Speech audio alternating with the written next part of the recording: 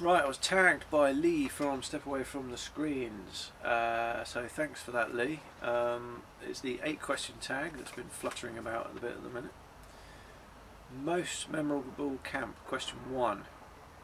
2002, Charmouth in Dorset. It's the Bucks St John Ambulance County Cadet Camp. Roughly 200 people there, a little bit over 100 18 to 16 year old children, and sort of about 90 odd adults helping look after them. I was on the organising committee that year, and I managed to arrange to get Ray Mears to come down, and so he came, spent a day with us, had lunch with him. He spoke to the camp, entertained the camp, taught the camp some things, did all that for free. Lovely man, really nice man, very genuine guy.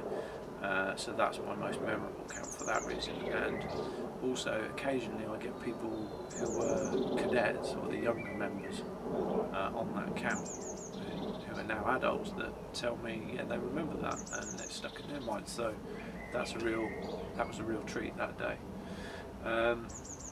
Social or solo camps, what's my favourite? Don't have a preference, because sometimes you want to be on your own, sometimes you want to be with other people. So I don't have a preference. Favourite knife? Again, I've got lots of knives, but I don't really have a favourite. I will tell you about the one I've got with me today. That's this fella, which you're probably thinking, oh my god, what is that? What is that thing? It's a plastic handled sheath knife from, well, I don't know where. There's no maker's mark on it at all. It has a stag's head embossed on this lovely handle. It's a skinny little blade. Now I do like a skinny blade. It has to be said, I prefer my knives thin. That's something I didn't really realise until quite recently, but I do prefer a thin knife, much better for slicing and general knife duties. This knife I found when I was about 10, so I've had this knife for 33 years. In that time it's been sharpened to within an inch of its life. It's actually got a dip in the thing here where it's been sharpened. It's lost the tip because I've used it as a screwdriver, and also as a child, lots of this going on, you know, throwing it into trees and things. But it's survived. I imagine the tang probably is a skinny little, tiny little thing. It probably comes up to about there if I'm lucky. That's my longest serving knife, so it has to be a favourite from that point of view. So we'll call that my favourite knife. I've lost my questions. Bear with. Where did you learn bushcraft? Well, we pick up tips from each other, but I went on a Ray Mears course. Following his visit to camp, I went on a Ray Mears fundamental bushcraft course. I'd recommend that to anyone, but there are of course other providers. I've also gone on a weekend's bushcrafting course with two of my wife's boys.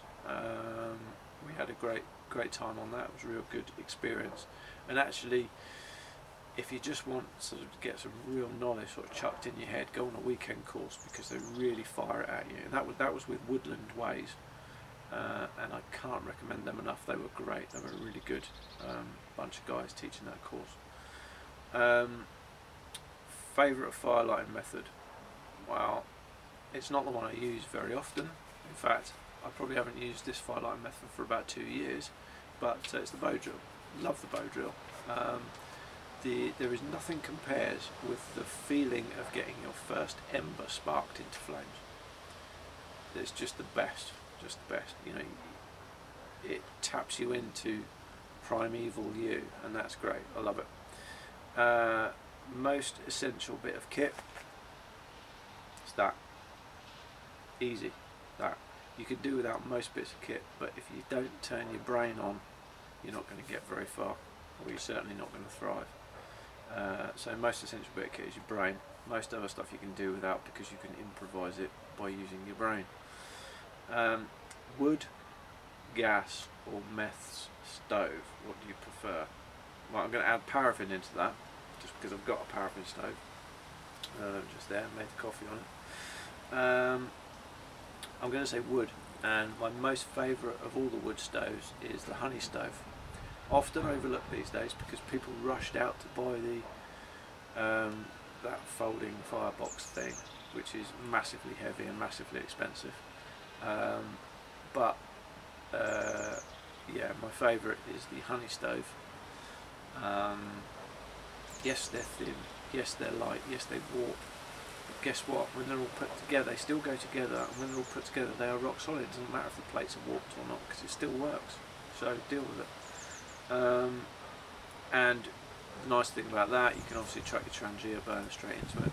Now I've got one of the first generation ones. The second generation ones, they come with a lot more kit, and actually the way the Trangia burner fits in and things like that actually is better. They did improve it. So at some point I may change to a newer one, but you know, I love the old one, so what's the point? Do you carry a bug out bag? No, I don't. I'm so disorganised that I tend to leave stuff lying everywhere. So here, for example, I've got in my line of sight now 3 stoves, 2 different sets of fuel, not counting wood.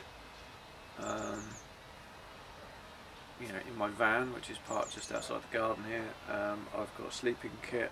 I've got another stove out there, I know. I've got water. I've got a tarp.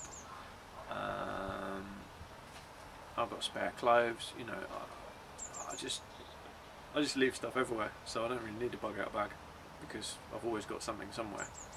And again, use that, and you can do without most things because you can improvise. So that's that. I don't know if you can hear Wilma in the background there. She's off to check on a perceived danger. So that was my 8 questions. Lee, thank you very much for the tag. I really appreciate that. And who do I want to tag? Hoops Bivvy Wild Camper Joe. I would like to hear your answers to those questions. Also, City B, who is a new sort of acquaintance of mine through YouTube. I've never met her, but I'd be interested to get her take on those questions. And also Hoops Bivvy Wild Camper Joe's mate, who came to Dartmoor with us, who I believe is called Mark. Although if I've got that wrong, I apologise, because I am shocking with people's names. I'm pretty sure you're called Mark. Nice guy. I'd like to know your take on those questions as well. And I think you've got a YouTube channel, and I think you don't have any videos on it at the moment. If that's the case, maybe this could be your first one. So I really appreciate your time. Thank you for watching, and ta-ta for now.